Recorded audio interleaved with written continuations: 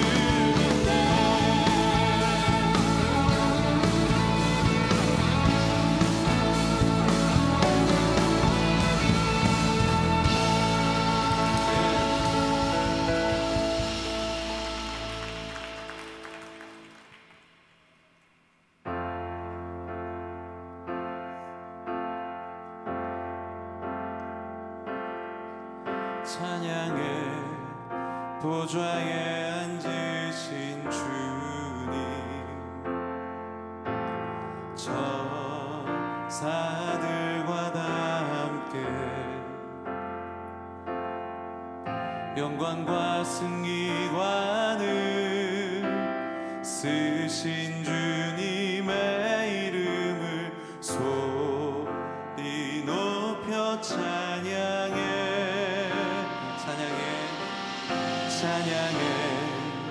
보좌에 앉으신 주님, 천사들과 다 함께 영광과 승리관을 쓰신 주님의 이름을 소리 높여 찬양해.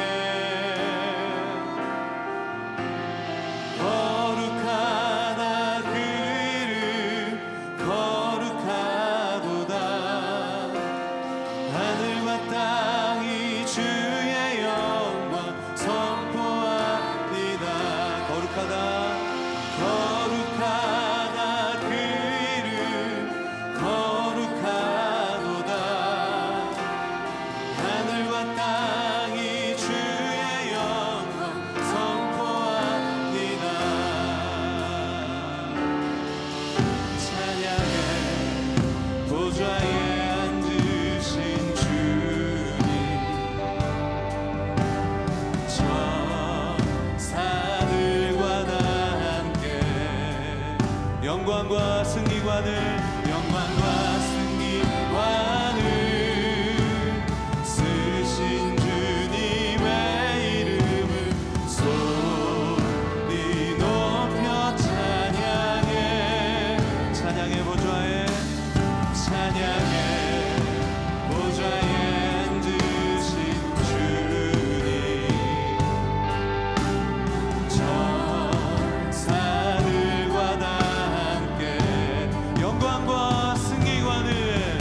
영광과 승리관을 쓰신 주님의 이름을 소리 높여 찬양.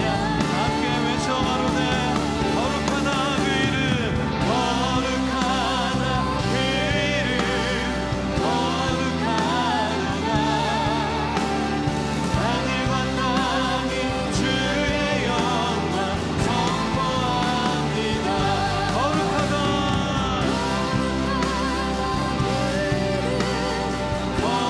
거룩하도다. 하늘과 땅이 주의 영광 선포하. 거룩하다 그 이름,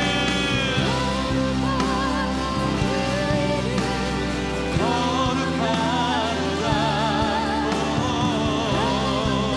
자, 우리 높으신 하나님의 이름을 선포합니다. 거룩하다 그 이름,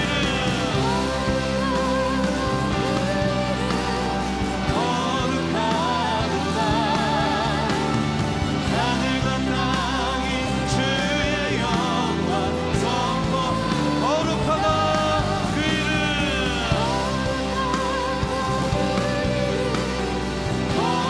거룩하도다. 하늘과 땅. 자, 우리 이 시간 두 손을 높이 들고 하나님의 거룩한 이름을 선포합니다. 거룩하다 거룩하도다. 주의 영광 선. 거룩하다 그 이름,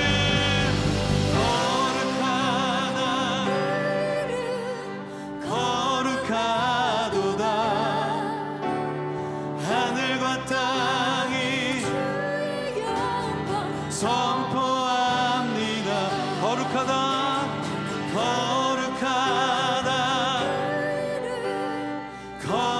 거룩하도다. 하늘과 땅이 선포합니다. 이 믿음의 선포는 세상을 변화시키는 능력이 되는 줄로 믿습니다. 이 시간 그 세상을 향해 하나님에 대한 우리의 신앙 고백을 여러분들의 가장 큰 목소리로 선포하며 나아가겠습니다. 나는 전능하신 아버지의 하나님, 천지의 창조주를 믿습니다. 나는 그의 유일하신 아들 우리 주 예수 그리스도를 믿습니다. 그는 성령으로 잉태되어 동정녀 마리아에게서 나시고 본디오 빌라도에게 고난을 받아 십자가에 못 박혀 죽으시고 장사된 지 사흘 만에 죽은 자 가운데서 다시 살아나셨으며 하늘에 오르시어 전능하신 아버지 하나님 우편에 앉아 계시다가 거기로부터 살아있는 자와 죽은 자를 심판하러 오십니다. 나는 성령을 믿으며 거룩한 공교회와 성도의 교제와 죄를 용서받는 것과 몸의 부활과 영생을 믿습니다. 아멘.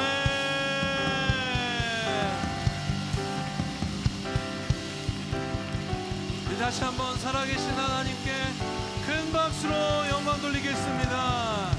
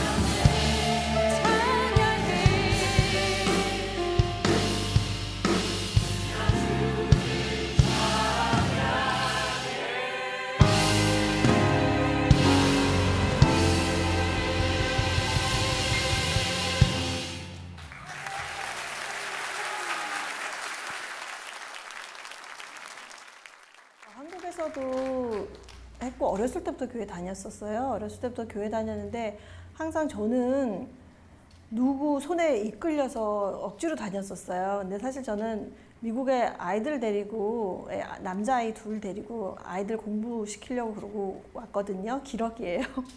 그런데 여기 사실 오기 싫었어요. 다른 어머니들은 굉장히 어머니들이 적극적으로 그렇게 오셨는데 저는 사실 오기 싫었어요. 오기 싫었는데 와가지고 너무 힘든 가운데 너무 견딜 수가 없이 힘들었는데 그래도 내가 크리스찬인데 한번 교회에 나가보고 그 다음에 교회에 나가서 해결책을 한번 찾아보자 그런 생각이 들더라고요.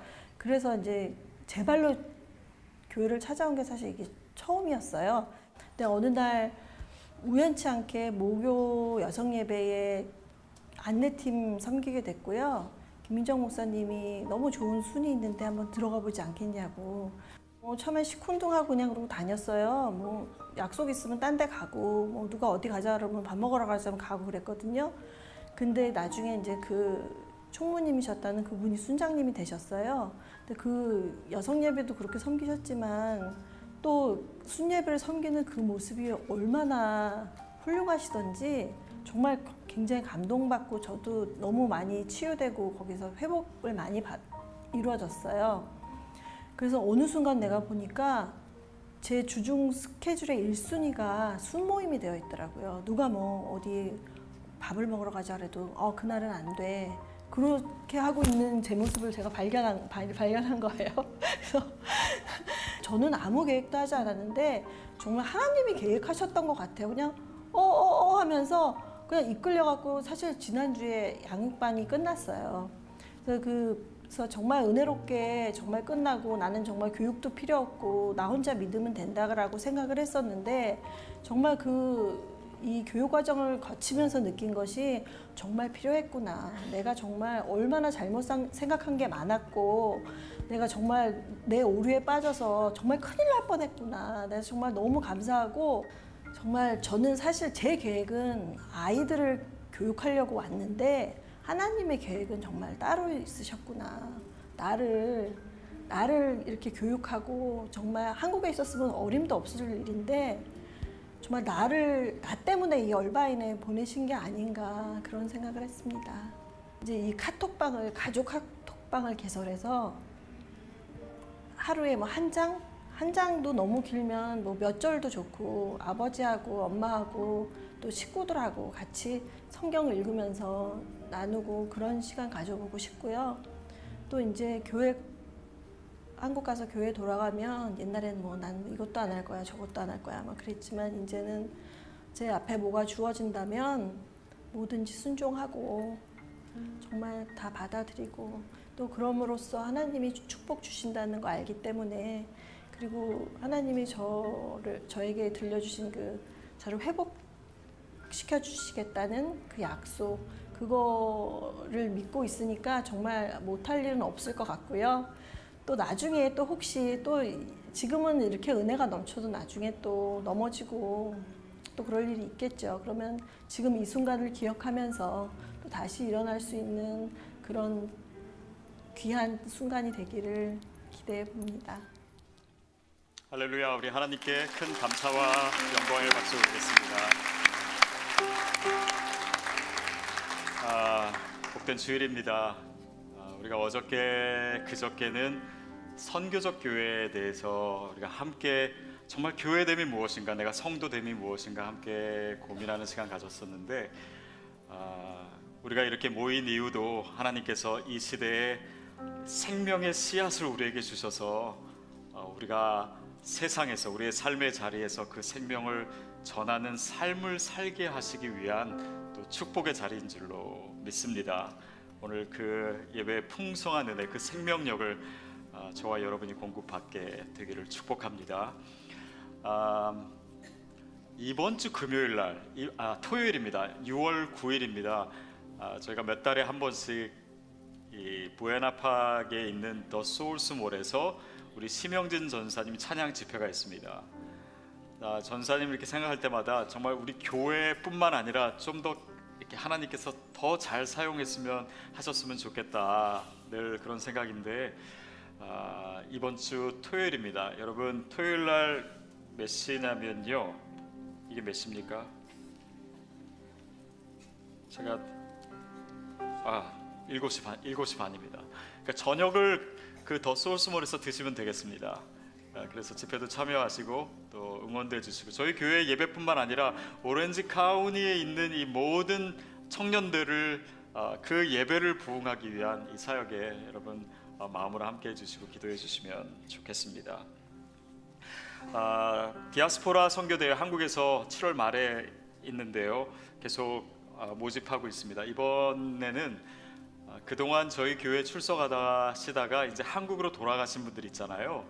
그분들도 같이 모이게 됩니다. 그래서 이 대회에 참석하게 되는데 서울에 계신 분들 여러분 아시는 분들 좀 연락도 해주시고 또 여러분들 같이 참여해 주시고 그래서 한국에서 또 경험하는 이 온누리 올바인 온누리 공동체의 기쁨을 또 함께 가졌으면 좋겠습니다.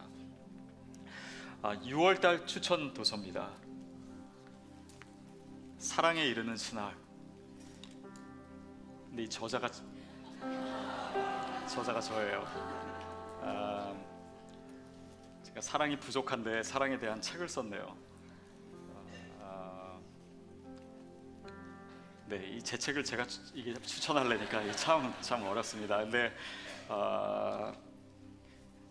제가 목회를 하고 또 신학의 여정을 걸어오면서 하나님께서 깨닫게 해주신 것이 참 많은데 그 중에 하나가 사랑에 대한 거더라고요. 그래서 그거 나누고 싶어서 썼고 작년에 안식월 할 때 한 달 동안 렉싱턴에서 혼자 있으면서 이 글을 마무리했습니다.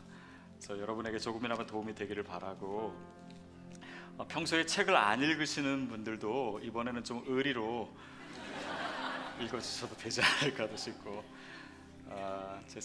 쓰면서 감사한 게 많아서 또 이 책의 인쇄를 제가 봤습니다. 근데 그거를 전에 IT에 저희 아이들이 정말 사랑하게 된 이 IT의 아이들을 위해서 거기에 Serving Friends라는 이 NGO 단체가 있습니다. 선교를 위해서 세워진 단체인데 거기에 이제 기부를 하게 됩니다. 그래서 여러분이 책도 읽으시고 또 선교에도 동참하시고 그랬으면 좋겠습니다. 그래서 앞으로는 저를 권 작가라고 불러주시기를 감사합니다. 네, 우리 교제하기 전에 오늘 처음 저희 교회 방문하신 분 있으면 잠깐 환영하도록 하겠습니다. 저희 교회 처음 왔습니다. 아니면 멀리서 방문했습니다 하시는 분 잠깐 손들어서 표시해 주시겠어요?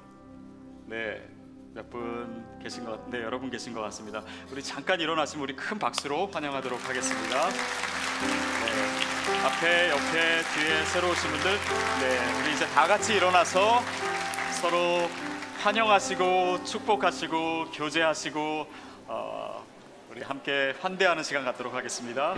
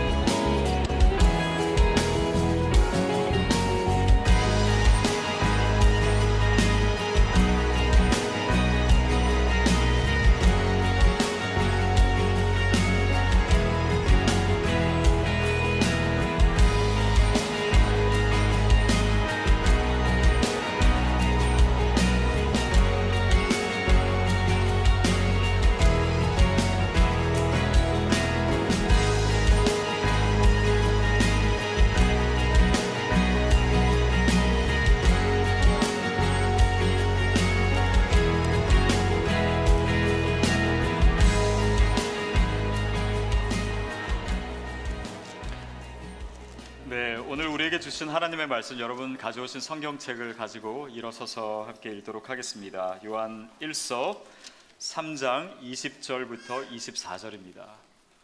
요한 1서 3장 20절부터 24절까지 우리 한 목소리로 같이 읽겠습니다. 시작. 혹시 우리 마음에 가책을 받는 일이 있다 할지라도 우리가 확신을 가져야 할 것은 하나님은 우리의 마음보다 크시고 모든 것을 아시기 때문입니다. 사랑하는 여러분, 만일 우리 마음에 가책받는 것이 없다면 우리는 하나님 앞에서 떳떳하고 우리가 구하는 것은 무엇이든지 하나님에게서 받습니다. 우리가 하나님의 계명을 지키고 하나님 앞에서 기뻐하시는 일을 행하기 때문입니다.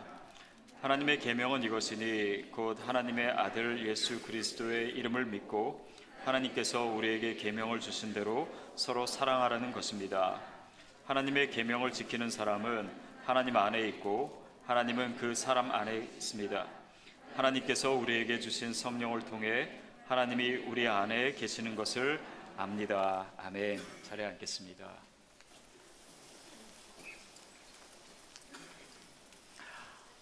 제가 몇 년 전에 동경에 러브 소나타가 있어서 그때 10주년이라서 이제 다 참여하기로 해서 간 적이 있습니다. 그때 이제 여러 목사님과 교제하면서 또 특히 동경 온누리교회를 섬기시는 문봉주 목사님, 예전에 뭐 외교관이셨고 또 책도 많이 쓰셨죠. 그 목사님이 그 여럿이 있는데 어느 한 일식당을 소개해 주시면서 여기에 스시는 꼭 먹고 가야 된다는 거예요. 근데 뭐 저는 거기까지 뭐 거리도 좀 있었고 또 갈 일도 별로 없는 것 같았는데 생각해 보니까 그 다음 날 제가 정말 좋아하고 존경하는 일본에 계신 선교사님 한 분을 만나기로 한 거예요. 그래서 그분을 모시고 그 식당에 한번 가봐야 되겠다 생각을 했습니다. 그래서 택시를 타고 이제 갔어요. 택시비가 음식값보다 더 비싸더라고요. 그래서 어떻게 갔습니다. 가가지고 근데 이제 문 목사님 얘기하신 게 그 식당 워낙 유명한 식당이기 때문에 점심 시간이랑 저녁 시간은 가지 말고 그냥 중간 시간에 가는 게 좋다 그래서 오후 4시에 갔어요. 그래서 식당 안에 딱 들어갔더니 역시 사람이 별로 없더라고요. 그래서 이제 음식을 시켰습니다. 잔뜩 기대하고 먹기 시작했는데 별론 거예요. 그래가지고 아니 왜 이렇게 음식이 별로지? 아니 내가 이렇게 일식을 잘 몰라가지고 이게 진짜 맛있는 건데 내가 맛없다고 느끼는 건지 아니면 문 목사님 수준이 좀 떨어지는 건지 근데 아무리 맛을 봐도 뭐 이게 그렇게 맛있는다는 걸 못 느끼겠는 거예요. 그래가지고 이 목사님이 뭐 외교관도 오래 하고 일본에 오래 살았지만 별로 좋은 스시를 못 드셨나 보다. 미국에 오시면 내가 한번 사드려야지 뭐 이런 생각도 하고 해서 이제 그 식당에서 나와서 이제 집에 오려고 이제 택시를 타려고 주변을 돌아보는데 옆집에 줄이 엄청 서 있는 거예요. 잘못 갔던 것입니다. 택시 운전사가 저 집이라 그래가지고 우리는 그냥 들어갔었는데 진짜 저 집은 바로 옆집이었어요. 그때 느꼈던 건데 정말 맛없는 것을 먹고 배부르면은 억울한 거구나라고 하는 것을 느꼈어요. 여러분 우리가 뭐 제가 그 식당 가는데 뭐 택시비도 들고 뭐 시간도 들이고 열심히 나름 저는 생각을 해서 노력을 해서 갔어요. 그런데 정말 마땅히 누려야 될 것은 못 누리는 경우가 있는 것처럼 우리 신앙생활도 그럴 수 있습니다.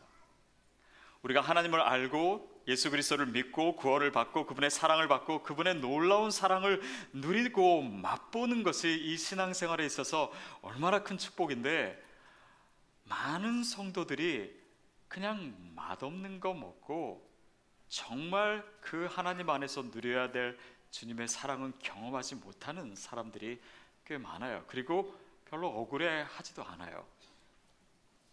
아닙니다. 우리가 하나님의 사랑을 알고 정말 뭐 공부도 하고 설교도 많이 듣고 훈련도 받고 그래요. 그런데 정말 그것은 우리가 궁극적으로 누려야 될 그 하나님의 사랑과 축복이 있기 때문인데 그것을 놓치고 있다라고 하는 생각 안 해보셨습니까? 그냥 맛없는 것만 먹으면서 이것이 신앙생활인가? 이것이 정말 주님 안에서 누리는 기쁨인가? 축복인가? 사랑인가? 아니요, 그보다 훨씬 더 놀라운 것이 있습니다. 그것을 요한이 안타까운 거고 또한 더욱이 하나님께서 그 아들을 주시면서까지 우리를 그 은혜의 자리로 초대하셨는데 우리가 누리지 못하는 것을 안타까워하세요. 오늘 본문은 사실은 그 비밀을 열어주는 굉장히 소중한 본문이기도 합니다. 그래서 한 절씩 우리가 읽어갔으면 좋겠는데요. 20절 우리 같이 한번 읽겠습니다. 시작. 우리 마음에 가책을 받는 일이 있다 할지라도 우리가 확신을 가져야 하는 것은 하나님은 우리의 마음보다 크시고 모든 것을 아시기 때문입니다. 혹시 우리 마음에 가책을 받는 일이 있다고 할지라도, 그렇죠? 우리가 죄에서 자유하지 못하고 또 때로는 실수하고 잘못하고 그래서 죄책감을 가지고 거기에 억눌려 살기도 하고, 그러나 우리가 그런 경우가 있더라도 우리가 확실히 알아야 될 것, 하나님 앞에서 확신해야 될 것이 있는데 두 가지를 얘기합니다. 하나는 하나님이 우리의 마음보다 크신 분이라는 거예요. 하나님은 나를 용서하신다고 하는데, 하나님은 나를 있는 그대로 받아주셨는데 나 스스로는 그러지 못하는 사람 있습니다. 스스로 용서하지도 못해요. 그래서 그 죄책감 가운데 살아가요.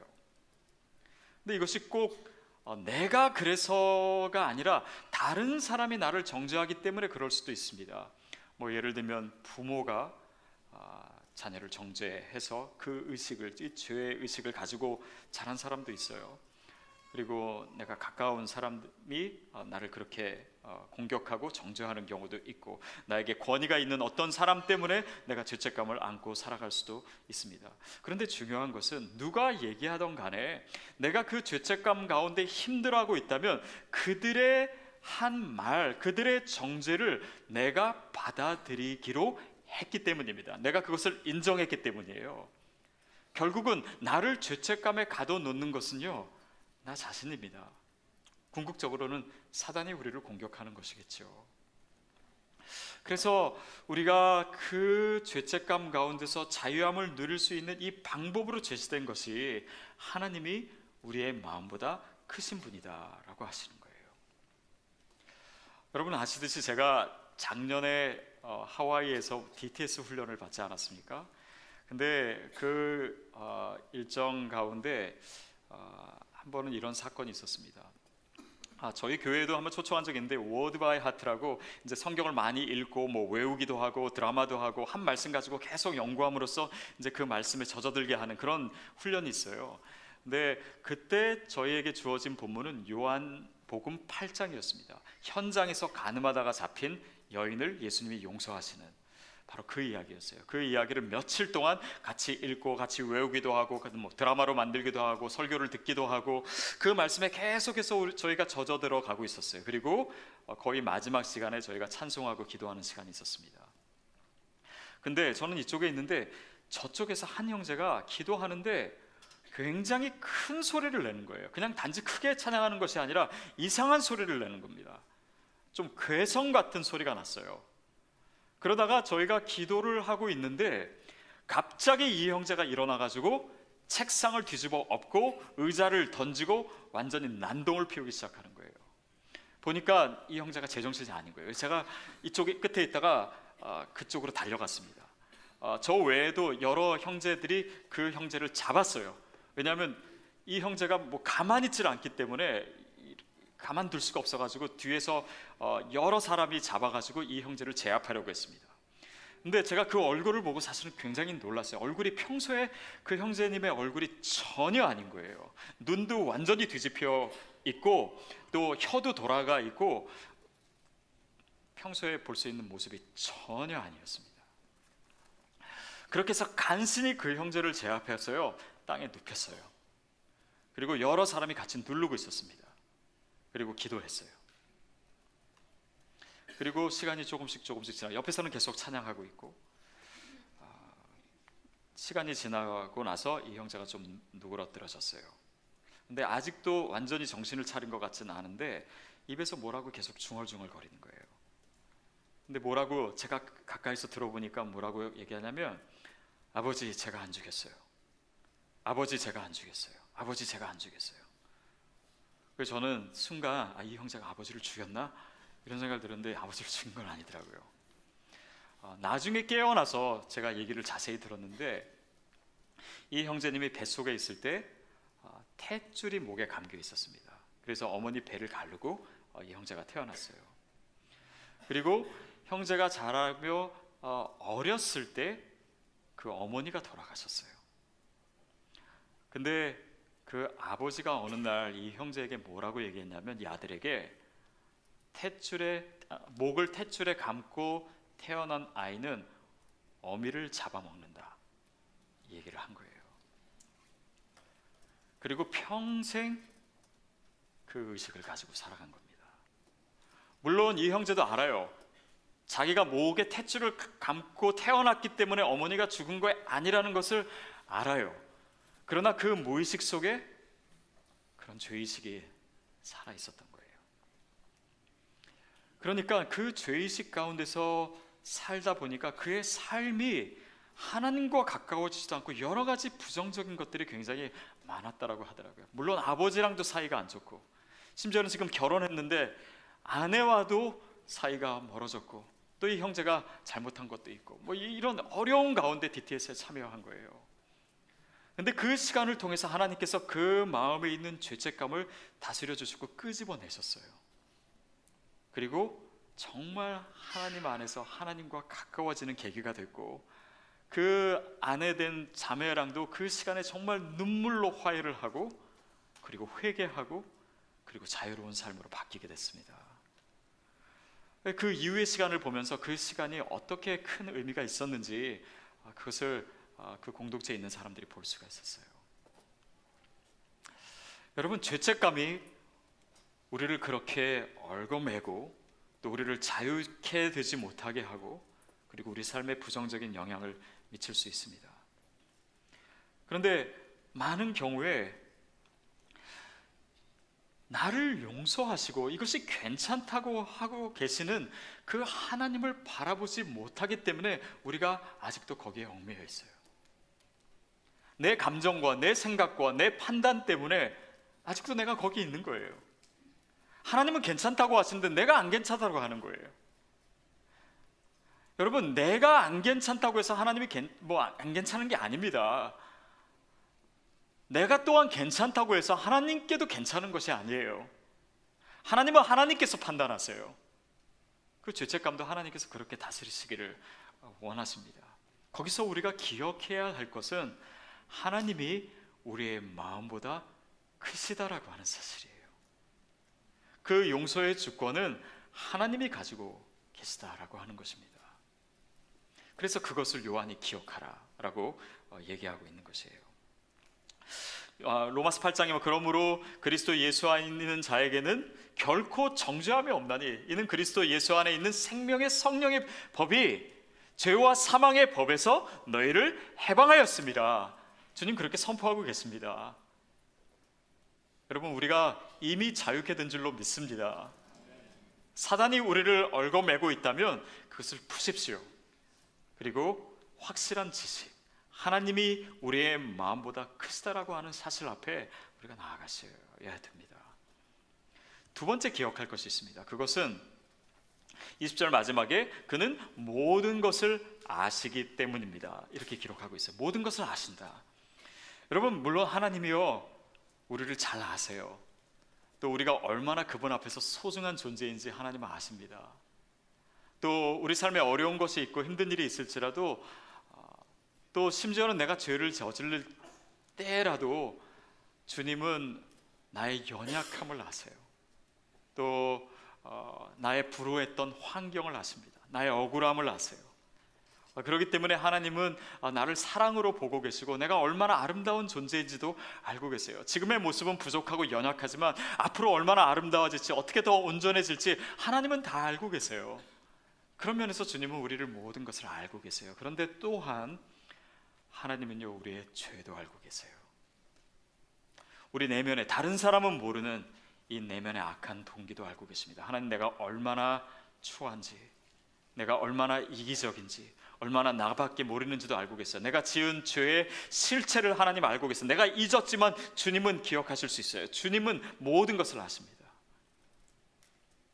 물론 그분께서 우리를 용서하심으로 그 죄를 기억하시지 않는다고 하시지만 그분은 또한 우리가 모르는 것까지 알고 계시는 분이에요. 이 죄의 영향력도 알고 계시는 분입니다. 그렇기 때문에 그분이 우리를 용서하셨다라고 하는 것은요, 그냥 그분이 잘 모르시기 때문에, 부분적으로만 아시기 때문에 우리를 용서하신 것이 아니에요. 그분 앞에서 우리의 죄가 그냥 아무것도 아닌 것이기 때문에 우리가 죄책감을 가지지 않아야 된다, 이런 거 아닙니다. 사실은 죄책감을 가지지 않고 정말 주님 앞에서 더 온전하게 살아야 되겠지만은 우리 안에 우리의 죄에 대한 철저한 깨달음이 있어야 되는 것이 사실이에요.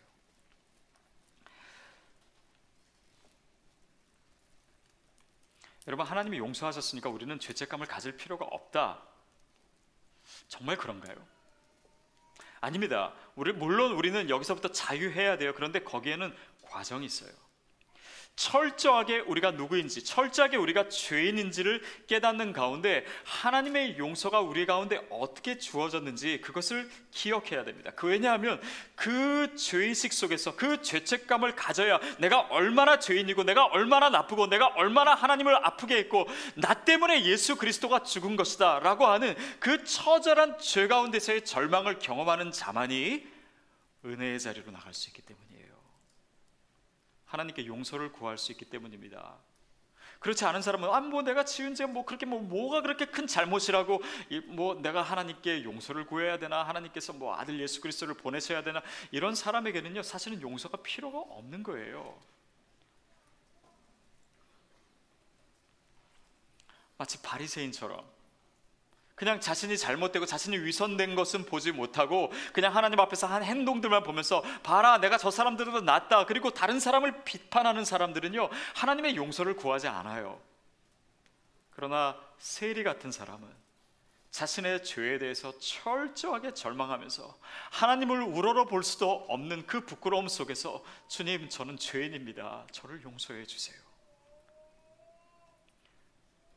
바로 그렇게 주님 앞에 나아가는 자가 은혜를 경험하고 용서를 경험하는 것입니다. 그래서 주님께서 모든 것을 아신다라고 하는 것에는 우리가 받은 이 구원, 우리가 받은 이 용서가 값싼 은혜가 결코 아니다라고 하는 것을 깨닫게 해주는 거예요. 그렇습니다. 그것은 너무 비싼 거예요. 예수 그리스도의 생명을 주셔서 우리를 구원하신 것입니다. 그 가치를 알아야지, 그 가격을 알아야지 우리가 그 은혜를 누릴 수 있는 것입니다.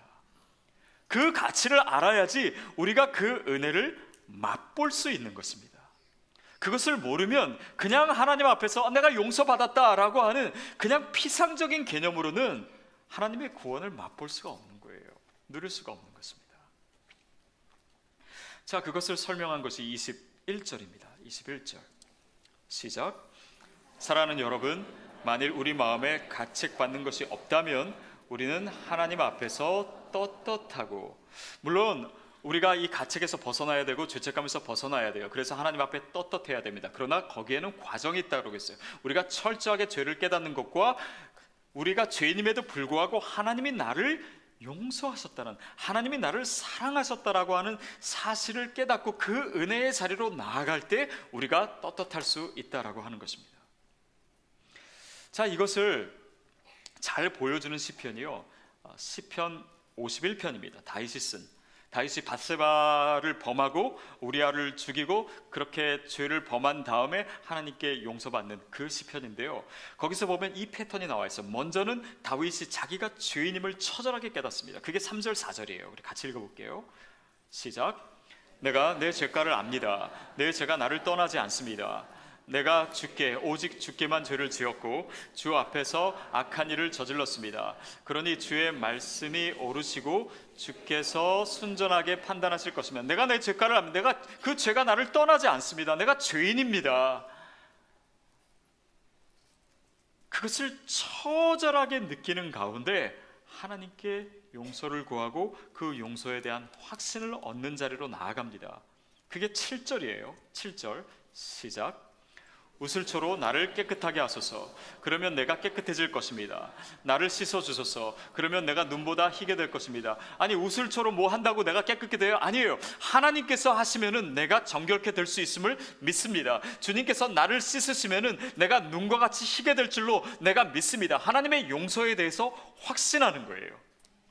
그러면서 이 하나님과의 관계 가운데서 다윗이 굉장히 깊이 들어가게 되는 겁니다. 다시 말하면 우리가 죄를 고백하는 가운데 주님, 나는 소망이 없습니다. 나는 죽을 수밖에 없는 죄인입니다.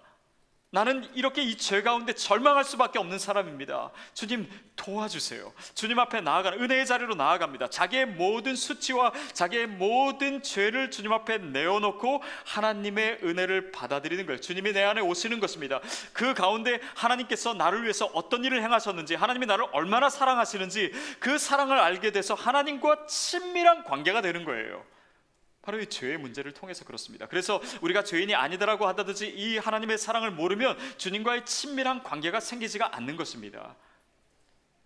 우리가 이 복음을 통해서 하나님의 자녀가 된 거예요. 주님이 우리의 아빠가 된 것입니다. 주님과의 친밀한 관계가 됐기 때문에 이제 어떻게 되냐면 하나님 앞에서 떳떳하고 주님의 딸이 됐기 때문에, 주님의 아들이 됐기 때문에, 내가 죄인이었지만 주님께서 나를 사랑하시고 나를 용서하시는 것이 너무나 분명하기 때문에 이제는 떳떳하다. 그것이 바로 우리에게 주어진 자유함이에요. 이것이 복음을 통해서 우리 삶에 일어난 일들입니다.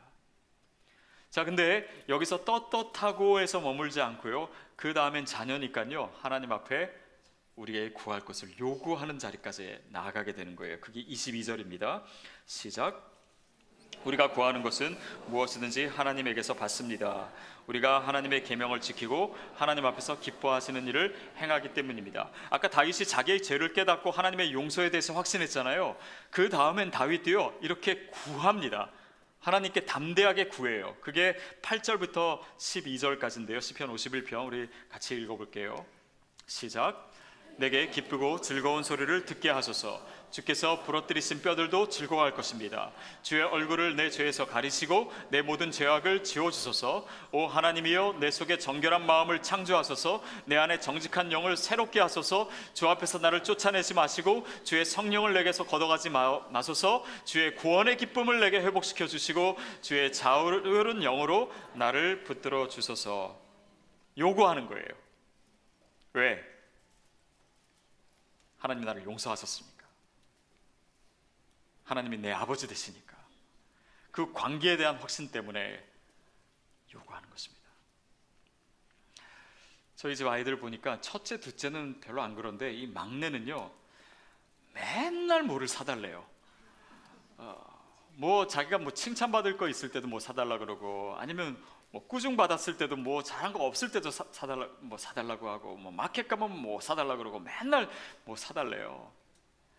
근데 이 아이가 뭔가 잘한 것도 없고 오히려 꾸중 받았을 때도 뭘 사달랄 수 있는 근거는 무엇입니까? 자기의 행위가 아니에요. 관계입니다. 아빠가 엄마가 나를 얼마나 사랑하시는지를 내가 혼날 만한 일을 했음에서도 의심하지 않는 거예요. 그 담대함이 요구할 수 있는 것입니다. 우리가 주님 앞에 요구하고 기도하고 뭐든지 구할 수 있는 것은요, 우리가 뭘 잘했기 때문이 아닙니다. 칭찬받을 만한 일을 했기 때문에 구하는 것이 아니에요. 그분의 사랑에 대해서 확신하기 때문에 구하는 것입니다. 그분과의 관계의 기초에서 우리가 구하는 거예요. 그것이 우리가 구하는 것은 무엇인지 하나님께 받습니다 라고 하는 의미입니다. 근데 이 표현을 듣는 순간 우리는 사실은 또 한번 생각하게 되죠. 그러면 뭐든지 받나? 근데 정말 그런가요? 하나님께 구하면 뭐든지 받습니까? 여러분, 자녀들이 구하는 것은 뭐든지 해주세요? 그렇게 안 하죠. 왜냐하면 그렇게 하면 애 망칩니다. 그러니까 그런 의미는 아니에요. 또 뭐든지 구하면 받는다라고 했을 때는 우리는 이런 생각해요. 그러면은 내가 돈이 더 많아야 되니까 돈 구하고, 집이 필요하니까 집 달라고 하고, 승진해야 되니까 승진도 하고, 뭐 성공해야 되니까 성공 달라고 하고. 그러니까 뭐든지 구하면 하나님께서 주시나? 아니, 여러분, 지금 돈 생각할 때가 아닙니다. 왜냐하면 이 문맥에는요, 지금 죄책감을 얘기하고 하나님께 용서받는 것을 얘기하고 하나님과의 관계의 회복을 얘기하는 이 맥락에서 갑자기 뭐든지 구하면 받는다라고 하는 것은 갑자기 돈 내기 꺼낼 맥락이 아니에요. 아까 시편 51편을 우리가 같이 읽었는데요, 다윗이 그 죄사함을 받는 과정에서 주님께 구한 것들을 한번 생각해 보십시오. 그것은 철저하게 뭐냐면 하나님과의 관계의 회복을 위해서 먼저 구한 거예요. 물론 그 삶에 필요한 것들을 하나님께서 다 채워주셨습니다. 그러나 하나님께 있어서 또 그에게 있어서 가장 중요했던 것은 그 관계를 회복하는 그 기도, 그것을 하나님께서 듣기를 원하셨던 거예요. 그래서 주께서 원하시는 것은 상한 심령입니다. 다윗이 구했던 것이 무엇입니까? 주의 성령을 내게서 거두지 말아 주시옵소서. 주의 구원의 기쁨을 내게서 회복시켜 주시옵소서. 그것이 중요했던 거예요. 지금은 제가 굉장히 좋아하고 되게 자랑스러워하는 제 조카, 남자 조카가 있는데 저희 누나 아들이에요. 근데 얘가 어렸을 때 제가 잠시 동안 굉장히 좀 미워했던 때가 있었어요. 왜냐하면 얘가 걔보다 어린 우리 아이들을 맨날 때리는 거예요. 막 얼굴에 상처도 나고 막 그러니까 부모로서 정말 마음이 안 좋더라고요. 그러니까 이 조카가 별로 그 당시에는 사랑스럽지 않았어요. 한 번은 얘가 막 와가지고 삼촌 뭐 이거 사주세요 저거 사줘요. 그런데 제가 그랬어요. 안 돼. 아니 지금 이 조카와 삼촌의 관계에서 뭔가를 사줄 만한 때가 아니었던 거예요. 먼저는 제가 조카를 사랑하는 이 관계가 있고 나서 이 아이에게 뭔가를 더 해주고 그게 의미가 있지. 그냥 뭐든지 사내라고 하고 그것을 마치 그냥 뭐 억지로 이런 관계는 사실 조카와 삼촌 간의 관계는 아니잖아요. 근데 우리가요 똑같이 그렇게 해요. 하나님이 정말 회복하고자 하시는 우리와의 관계에는 별로 관심이 없고 그냥 내가 필요한 거 달라라는 거예요. 그러니까 이 죄의 용서와 하나님과의 관계를 얘기하면서도 무엇이든지 구하라고 하면 우리는 먼저 돈 생각하는 거예요. 내가 필요한 거 생각하는 거예요. 아니 주님이 다 주신다고 하는데 왜 안 주지? 아닙니다. 이 영적인 것이 해결되고 그것을 기초로 아버지가 아들에게 베푸듯이 그 모든 것을 베풀고 싶은 그 하나님과의 관계 속에서의 응답을 얘기하는 것입니다. 그것이 오늘 본문을 이해하는 데서 사실은 굉장히 중요해요. 근데 22절 중반부 이후에 또 뭐라고 나오는지를 우리가 봐야 됩니다.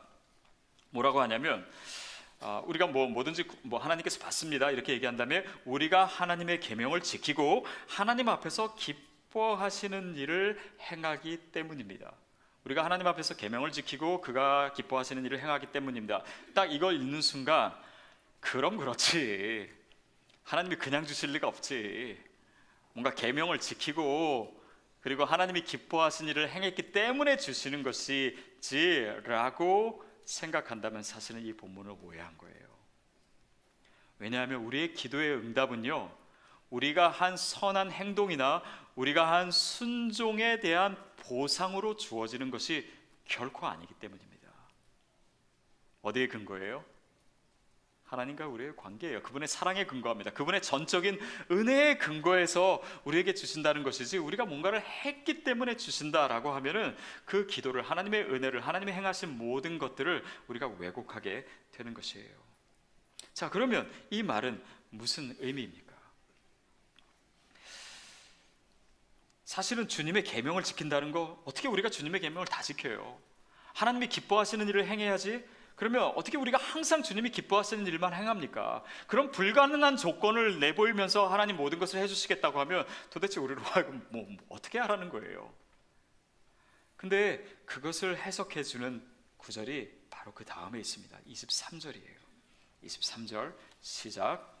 하나님의 계명은 이것이니 곧 하나님의 아들 예수 그리스도의 이름을 믿고 하나님께서 우리에게 계명을 주신 대로 서로 사랑하라는 것입니다. 하나님의 계명을 지킨다. 하나님의 계명이 뭐냐? 그것은 예수 그리스도의 이름을 믿고 그리고 서로 사랑하는 것입니다. 여러분, 그런데 이것은 두 가지 같지만 한 문장 속에서 한 가지를 얘기하고 있는 거예요. 우리가 예수를 믿는다라고 하는 것은 그분의 사랑을 받는 거고 하나님의 사랑을 받아서 그 사랑 안에서 살아가는 것입니다. 그 사랑에 순종하는 거예요. 사랑을 표현하는 것입니다. 그래서 갈라디아서 5장 6절에 나온 것처럼 사랑으로 표현된 믿음, 이게 바로 사랑과 믿음, 우리가 형제를 사랑하는 것이 우리의 믿음 안에 이미 포함되어 있다는 것을 얘기하는 것입니다.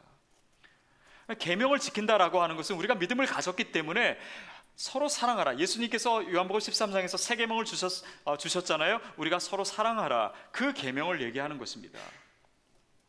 근데 우리는 그 계명을 생각할 때 이것은 사랑하기 힘들고 어려운데 억지로 사랑하고 그렇게 사랑해야지만 하나님께서 모든 것 주신다고 하고 하나님이 우리를 이뻐하시고 그래서 구원하신 거가 아니에요. 그것이야말로 우리가 하나님의 사랑을 맛볼 수 있도록 하나님의 사랑을 누릴 수 있는 방법을 우리에게 가르쳐 주신 것입니다. 여러분, 우리가 교회에서 봉사를 한다고 생각해 보세요. 이거 그냥 다른 사람들 눈치 보여서 누가 하라 그래서 그냥 억지로 하면요, 그 안에 기쁨도 없어요. 그리고 열매도 없습니다. 그러나 내가 정말 주님을 사랑하는 마음으로 영혼을 사랑하면서 하면요, 그 안에 풍성한 기쁨을 내가 누릴 수가 있어요. 열매도 나타나요. 내가 사랑으로 섬겼더니 내가 더 많은 사랑을 받아요. 다른 사람을 사랑하는 마음으로 위로해요. 그러나 그 위로를 통해서 사실은 내가 더 많은 위로를 받습니다. 제가 정말 여러분을 사랑하는 마음으로 말씀을 준비하면요, 이 말씀이 여러분에게 있어서 느껴지는 것보다 제가 훨씬 더 먼저 은혜를 누려요. 사랑을 누립니다. 그래서 사랑을 맛본다라고 하는 것은 바로 이 계명을 통해서 이루어지는 거예요. 제가 저희 교회에서 청소하시는 우리 훌리오에게 자주 하는데, 왜냐하면 자주 만나기 때문에요. 또 이분은 만나면 늘 간증거리를 얘기해요. 근데 몇 년 전에 간증한 게 있는데 제가 여러분에게 얘기하고 싶었던 게 있어요. 뭐냐면 한 번은 이제 이 훌리오가 과테말라 사람이거든요. 고향에 간 지가 너무 오래됐어요. 근데 어머니 연로하시고 한번 가봐야 되는데 돈은 없고 비행기표 사기에는 너무 부담스럽고, 그래서 돈을 모으기 시작한 거예요. 그래서 어느 정도 돈이 모아졌는데 어느 날 교회에 갔는데 목사님이 굉장히 가난한 한 사람을 얘기하면서 그 사람을 누군가 도와줬으면 좋겠다고 얘기를 했대요. 훌리오가 그 말을 듣고 그게 마음에 와 닿은 거예요. 근데 돈이 지금 조금 모아지긴 했는데 이거 과테말라 가서 어머니 보기 위해서 모아둔 돈인데 이거를 어떻게 줘야 되나 말아야 되나 이제 고민하다가 아내 시실리아에게 이제 얘기했더니 시실리아가 그건 하나님과 당신과의 관계에서 할 일이니까 알아서 하라고 그랬대요. 근데 이제 기도하면서 이거를 그 사람 줘야 되겠다 해서 결심을 하고 그걸 줬대요. 그리고 나서 3일 뒤에 저는 그 사실을 전혀 모르고 있었습니다. 근데 제가 훌리오에게 뭐라고 얘기했냐면, 우리 성도님들이 헌금을 해서 당신을 고향에 보내주기로 했습니다. 그 얘기를 들은 거예요. 3일 뒤에. 여러분 기억나세요? 몇 년 전에 저희가 헌금해가지고 훌리오 과테말라 보내준 거 기억나십니까? 그때 계셨던 분 기억나실 거예요. 그러니까 저는 전혀 그 상황을 몰랐어요. 근데 훌리오가 그 사랑의 계명에 순종한 것 때문에 사실 더 큰 사랑을 경험하게 된 거예요. 여러분, 이런 일들은요, 우리의 신앙의 삶에서 사실은 수도 없이 많습니다. 왜? 우리가 그 사랑의 계명을 지키지 못하기 때문에 맛보지 못하는 것들이에요. 때로는 관계 속에서 어렵고 우리가 용서하기 힘들 때도 있습니다. 그렇지만 하나님은 서로 사랑해라, 용서해라 라고 해서 우리가 그 계명을 지켜야 될 때가 있어요. 그런데 그것은 누구를 위한 것일까요? 아프리카에 한 부족이 있는데요, 그 부족의 이름이 마토보 부족이라고 있습니다. 근데 이 부족에서는 오랫동안 내려오던 풍습이 있는데, 그 부족에서 누가 살인을 해가지고 잡히게 되면 그 살인범은 그 지역에 흐르는 굉장히 깊은 강이 있대요. 거기에 이 사람을 빠뜨려요. 그래서 죽게 합니다. 헤엄쳐서 나오면은 다시 집어넣어서 목숨이 끊길 때까지 그렇게 해서 살인범을 죽이는데, 그가 살아날 수 있는 방법은 딱 한 가지 있습니다. 그건 뭐냐면 그가 살인한 사람의 가족, 가장 가까운 사람, 그러니까 그 피해자지요. 그 피해자가 그 살인범이 물속에서 허우적거리고 있을 때 자기가 들어가서 그 사람을 구해주면 그 사람은 살려주는 거예요. 근데 그 마을, 그 부족 사람들이 왜 그런 풍습을 가지게 됐냐면, 누군가가 죽으면 또 가족이 죽으면 얼마나 큰 상처 가운데 살게 돼요. 근데 그 상처를 치유할 수 있는, 그 상처를에서 벗어날 수 있는 유일한 방법은 용서하는 것밖에 없기 때문에, 그래서 그 가족을 위해서 하는 일이에요. 그래서 그 부족에는 살인범이 물에 빠져서 죽은 예가 거의 없대요. 왜냐하면 그것을 알기 때문이에요. 여러분, 우리가 사랑해서, 우리가 용서해서 그것으로 인해서 혜택을 누리는, 가장 많은 혜택을 누리는 사람은 오히려 용서하는 그 사람입니다. 그 사람이 하나님의 사랑을 맛보는 거예요. 그것을 경험하는 것입니다. 많은 사람들이 내가 행복해지기 위해서 그렇게 살아가요. 그러나 그런 사람은 행복하지 못해요. 그러나 다른 사람을 행복하게 해주기 위해서 사는 사람은요, 훨씬 더 많은 사랑을 받습니다. 결혼도요, 내가 사랑받고 내가 행복해지기 위해서 저 사람을 만나고 결혼하는 사람은요, 많은 사람이 더욱더 불행한 사람이 많아요. 그러나 내 배우자를, 내 아내를, 내 남편을 사랑해주고 행복해 하기 위해서 살아가는 사람은요, 더 자신도 행복하고 더 많은 사랑도 받습니다. 바로 이것이에요. 우리가 사랑할 때, 우리가 이 사랑의 계명을 지킬 때 하나님은 우리 삶에 놀라운 선물들을 이미 예배해 놓으셨습니다. 그리고 그것을 맛보아 알라라고 하세요. 그 사랑을 통해서 내가 하나님을 더 알게 되고, 그 사랑을 통해서 하나님이 주시는 능력을 경험하고 기적을 체험하고, 그 사랑을 통해서 하나님의 마음을 느끼고, 때로는 그것이 좋은 일이 아니라 사랑하기 때문에 또 힘들고 어렵고 고통스러울 때도 있어요. 그러나 그것을 통해서 우리의 삶은 훨씬 더 풍요로워집니다. 그리고 하나님을 닮아가게 돼요. 그것은 진정 이 사랑의 명령에 순종하지 않아 본 사람은 경험할 수 없는 것입니다. 내게 없던 사랑이에요. 그러나 하나님이 주신 거예요. 그것을 통해서 내가 하나님의 자녀구나, 하나님의 사랑이 나에게 있는 거구나 라고 하는 것을 깨닫는다라고 하는 것이 24절입니다. 같이 읽어보겠습니다. 시작. 지키는 사람은 하나님 안에 있고 하나님은 그 사람 안에 계십니다. 하나님께서 우리에게 주신 성령을 통해 하나님이 우리 안에 계시는 것을 압니다. 하나님이 내 안에 계시고 정말 그 명령에 순종하다 보니까 내 안에 내 사랑이 아닌데, 이거는 내가 할 수 있는 사랑이 아닌데 내 안에 있는 거예요. 이것이 하나님이 내 안에 계신 거구나, 내가 그리스도 안에 있는 거구나. 내가 할 수 없는 용서를 하게 된 거예요. 주님의 명령에 순종하다 보니까 이것은 내 것이 아닌데 내 안에 하나님이 계시는구나. 정말 이름도 들어보지도 못하고 얼굴도 알지 못하는 그 사람을 위해서 선교지로 가는 거예요. 이건 내가 가진 사랑이 아닌데 하나님이 내 안에 계시는 거구나. 그것을 가르쳐 주시는 분이 성령님이다 라고 하는 것을 이 구절이 얘기해 주는 것입니다. 여러분, 성령의 역사는 그렇게 체험하는 것입니다. 하나님의 임재는 우리가 그렇게 알게 되는 것이에요. 내가 구원받았다라고 하는 구원의 확신도, 내가 하나님 안에 있다라고 하는 그 확신도, 내가 주님의 사랑받는 자녀라고 하는 확신도 바로 이 순종을 통해서 얻어지는 것입니다. 그것이 하나님의 사랑을 누리는 것이에요.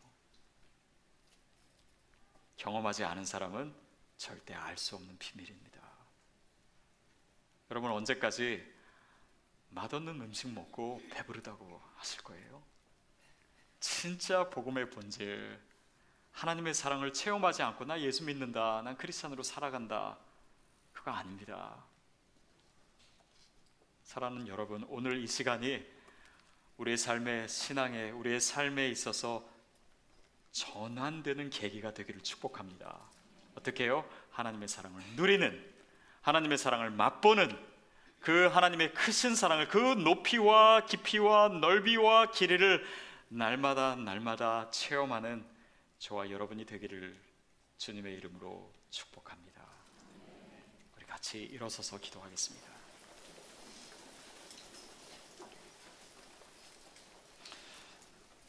여러분, 한번 생각해 보세요. 내가 정말 하나님의 사랑을 누리면서 살았는지. 그냥 맛없는 음식 먹으면서 이게 하나님의 사랑인가? 그냥 내 생각보다, 내 기대보다 이게 정말 예수 믿는 기쁨인가? 이게 정말 가슴 뜨거운 믿음인가? 여러분, 주님이 우리가 거기에 머물러 있는 거 원치 않으십니다. 그리고 이 말씀이 오늘 우리의 심령에서 살아 움직이기를 원하세요. 여러분, 먼저는 기도할 때 성령님을 초청하십시오. 주님, 내 안에 들어오셔서 내가 알지 못하는 사랑의 역사를 주님께서 베풀어 주시옵소서. 그럴 때 내가 순종함을 통해서 이 사랑의 계명을 지키는 것을 통해서 진짜 가슴 뜨거운 사랑이 무엇인지, 정말 하나님의 사랑이 무엇인지, 내가 하나님의 사랑을 누리는 것이 무엇인지 깨달을 수 있는 그런 삶을 살게 해 주시옵소서. 또한 어떤 분은 아직 예수 그리스도를 제대로 영접하지 못한 분이 있을 겁니다. 우리가 정말 주님 앞에 나갈 때, 그 빛 가운데 나갈 때 우리의 죄가 드러납니다. 내가 얼마나 죄인인지 주님 앞에 고백하십시오. 하나님은 우리의 마음보다 크신 분입니다. 하나님 우리를 용납하시는 분이에요. 우리를 용서하시는 분입니다. 우리의 모든 것을 다 알고 계시지만 우리를 여전히 사랑하시는 분입니다. 그분 안에서 용서의 확신을 얻으십시오. 그리고 떳떳하게 주님 앞에 나아가십시오. 그리고 구하세요. 하나님의 풍성함을 경험하십시오. 누리십시오. 이 시간 우리 함께 기도하며 주님 앞에 나아가도록 하겠습니다.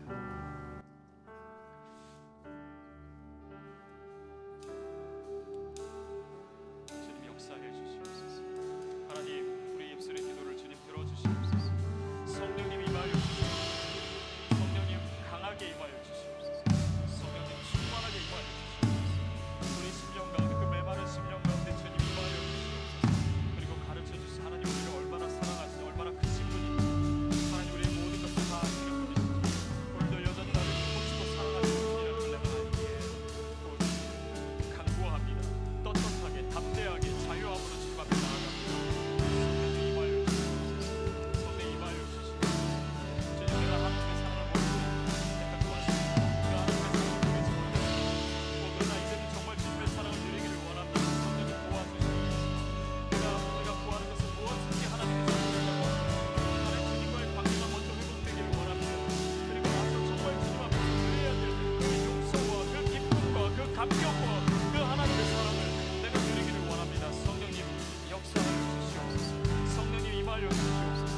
주님 강권적으로 임하여 주시옵소서. 여러분, 이 시간 우리가 주님의 임재 가운데 나아가겠습니다. 우리가 성찬에 참여할 때 성령께서 우리에게 임하세요. 이 떡과 장 가운데 이미 임해 계신 성령님께서 내 안으로 들어오십니다.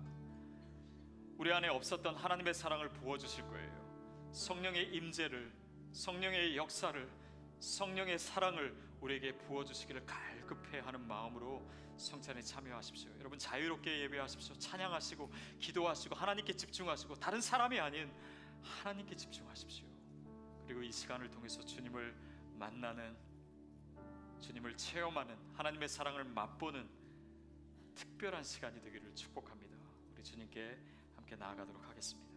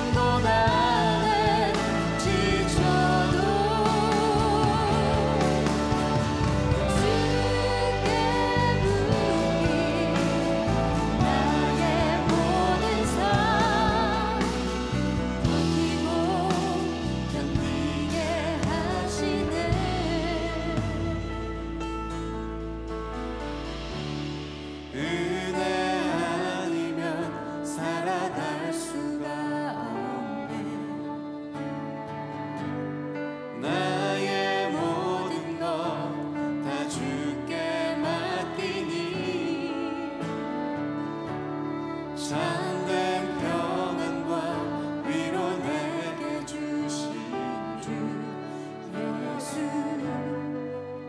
오직 예수뿐이네.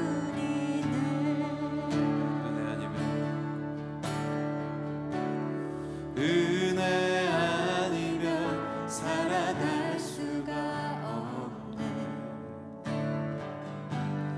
나의 모든 것 다 주께 맡기니 참된 평안과 위로 내게 주신 주 예수 오직 예수뿐이네. 모든 시선을 주님께 드리고 살아계신 하나님을 느낄 때 내 삶은 주의 역사가 되고 하나님이 일하기 시작하네. 모든 시선을 주님께 드리고 전능하신 하나님을 느낄 때 세상은 주의 나라가 되고 하나님이 일하기 시작하는 모든 시선을 주님께 드리고 살아계신 하나님을 느낄 때 내 삶은 주의 역사가 되고 하나님이 일하기 시작. 모든 시선을 주님께 드리고 모든 시선을 주님께 드리고 전능하신 하나님을 느낀 내 세상은 주의 나라가 되고 하나님이 일하기 시작하네. 주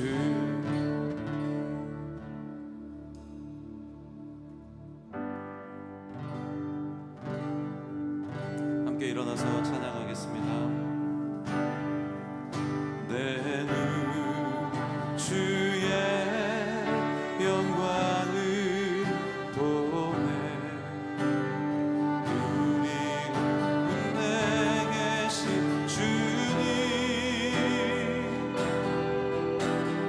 그 빛난 영광 고난은 없고 그 찬송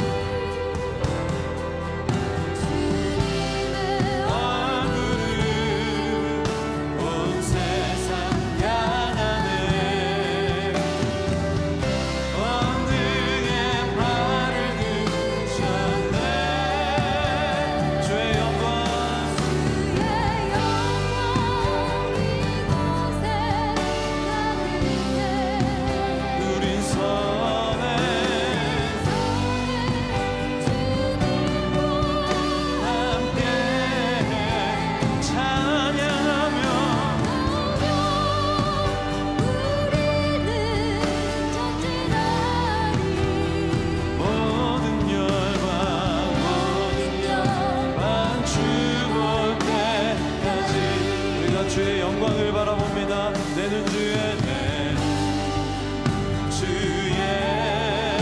영광을 보내. 우리 가운데 계신 주님 그 빛난 영광 고난을 덮고 그 찬송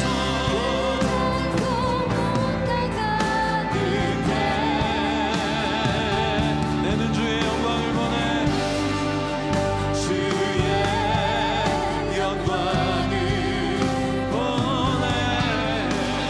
찬송 가운데 서신 주님. 자, 함께 주님의 얼굴을 온 세상 향하네. 자, 우리 이 시간 함께 두 손을 높이 들고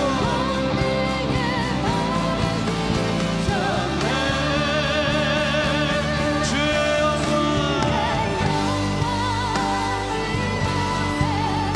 가득해 우린 선에 함께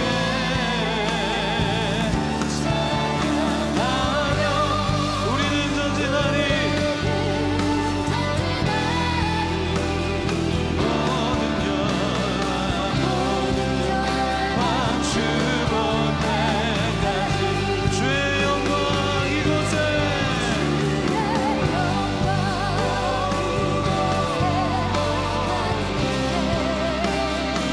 우린 선에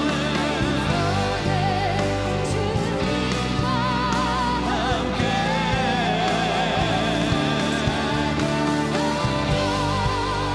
우리는 전진하리. 모든 열방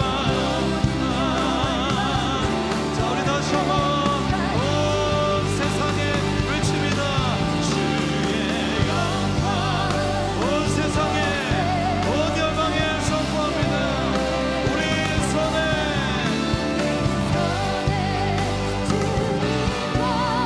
함께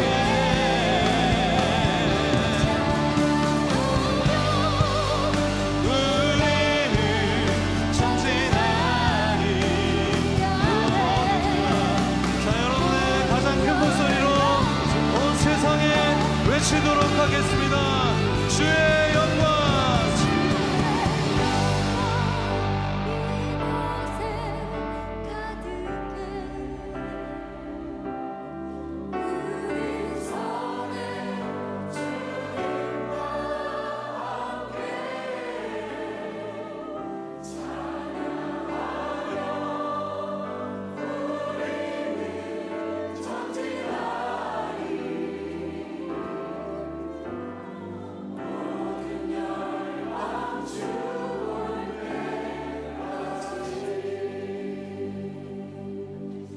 하나님, 이곳에 주님의 이 영광이 가득 차 있음을 선포합니다. 주님의 사랑이 이곳에 가득 차 있음을 선포합니다. 하나님, 우리를 그 사랑 가운데 주시니 주님께 감사합니다. 그리고 이제는 그 사랑 가운데 그 사랑을 맛보며 누리며 날마다 체험하기로 결단합니다. 하나님, 우리가 이전에 체험하지 못했던 것이 오늘 체험되게 하여 주시옵소서. 내일도 체험되게 하여 주시옵소서.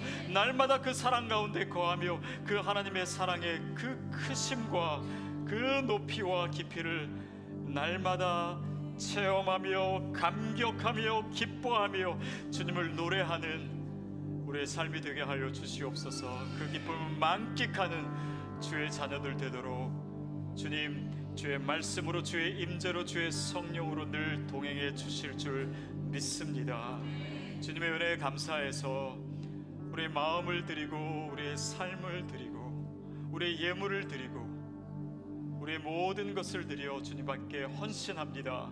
주님께서 받아주시고 주님의 사랑이 체험되는 곳에, 주님의 사랑을 누리고 경험하는 곳에 사용하여 주시고 주님의 사랑이 전해지게 하여 주시고, 특별히 이 땅의 복음을 모르고 또 가난하고 힘들고 어둠 가운데 있는 자들에게 주님의 사랑의 빛이 비춰지게 하여 주시옵소서.